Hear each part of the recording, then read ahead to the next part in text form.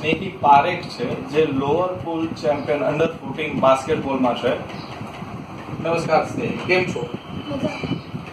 અચ્છા, તમે basketball under 14 માં કેટલા ટાઈમથી રમો છો? 2 વર્ષ. તમે આટલી નાની ઉંમરમાં આટલા બધા મેડલ જીત્યા છે, તો એની પાછળનું કારણ શું છે? મને રમવામાં ઇન્ટરેસ્ટ છે, મારી પેશન છે, મારી લાઈફ છે. Very good. પેશન છે, તમારી લાઈફ છે, બહુ સારી વસ્તુ છે. તમે થોડુંક બાસ્કેટબોલમાં રમો છો એની વિશે થોડુંક જણાવો કે કેટલા ટાઈમથી, શું હર્ડલ્સ, તમારી સ્ટડીઝ કેવી સફર થાય છે, નથી થતી? મને રમવામાં બહુ ઇન્ટરેસ્ટ છે, એની પાછળ બહુ મહેનત છે, એની મારા પેરેન્ટ્સની પણ બહુ મહેનત છે આમાં. મને બહુ મજા આવે છે.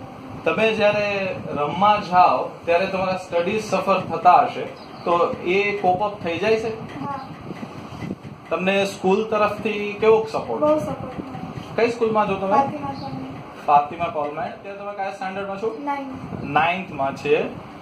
મને થોડુંક ટ્રોફી વિશે અને પહેલા મને બાસ્કેટબોલમાં તમે એવું મને કીધું કે લોઅર પુલમાં અમે ચેમ્પિયન થયા અંડર 14 માં, તો એ થોડુંક સમજાવશો અમારા દર્શકોને? અમારે એમાં 2 પુલ હોય, upper pool and lower pool. Upper પુલમાં ટોપ 10 ટીમ હોય, લોઅર પુલમાં અંડર બીજી ટીમ હોય. એ લોઅર પુલમાં ચેમ્પિયન થાય એટલે બીજા વર્ષે અપર પુલમાં. ગુજરાતમાંથી આપણા કેટલા એવા સિલેક્ટ થયા છે? 2. એક તમે અને બીજે તનિષા શાહ. તનિષા શાહ. Very good. આ એક આપણે ભાવનગર માટે બહુ પ્રાઉડની વસ્તુ છે કે ઓલ ગુજરાતમાંથી ખાલી 2 જ ખેલાડી, જેમાંના એક સ્નેહી પારેખ છે જે ચેમ્પિયન થયેલા છે. હવે મને થોડુંક ટ્રોફી વિશે આ કહેશો કે આ ટ્રોફી તમે આટલી બધી લીધી છે, તો એમાંથી સૌથી ગુજરાત સરદાર ખેલ મહાકુંભ 2016 ની છે. આ છે સ્પોર્ટ્સ ઓથોરિટી ઓફ ગુજરાતની.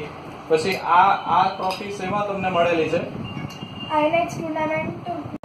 સ્નેહી, આટલી બધી ટ્રોફી છે, તો મને જણાવશો કે આ ટ્રોફી તમારા હાથમાં છે એ શેની છે ને ક્યાં મળેલી છે? આ મને નેશનલ ટુર્નામેન્ટમાં છે ને, best player of the tournament.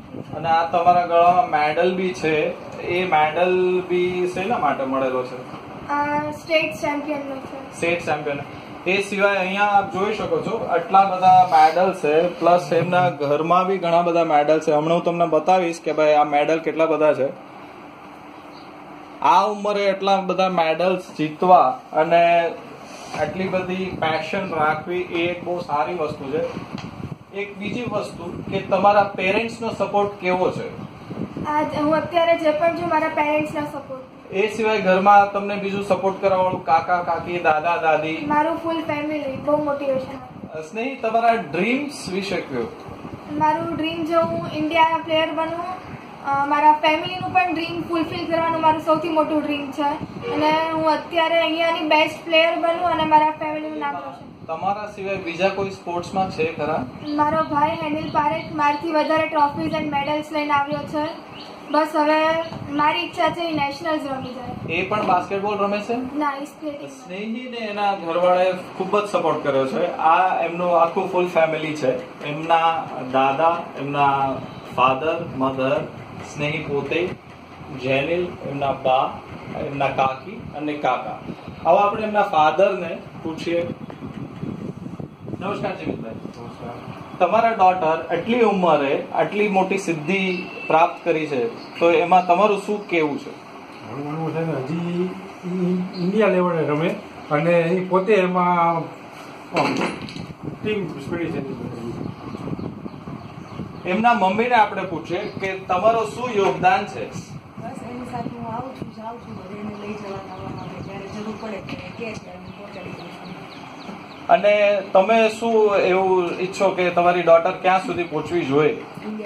તમારા બેન સ્નેહી જે નેશનલ લેવલે બાસ્કેટબોલમાં ચેમ્પિયન થયા છે અને તમે પણ સ્કેટિંગ કરો છો, તો તમારો બેન વિશે શું કેવું છે અને તમે સ્કેટિંગમાં શું સિદ્ધિ પ્રાપ્ત કરશો ફ્યુચરમાં, એનું થોડુંક કહો.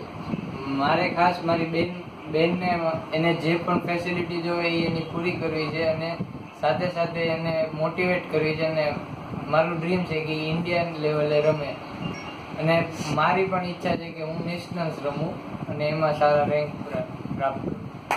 તો આ હતા ભાઈનો પ્રેમ બેન માટે. કેમેરામેન હર્ષિત ગોયલ સાથે સિદ્ધાર્થ ગોકારી, ડીડી ભારતી, ભાવનગર.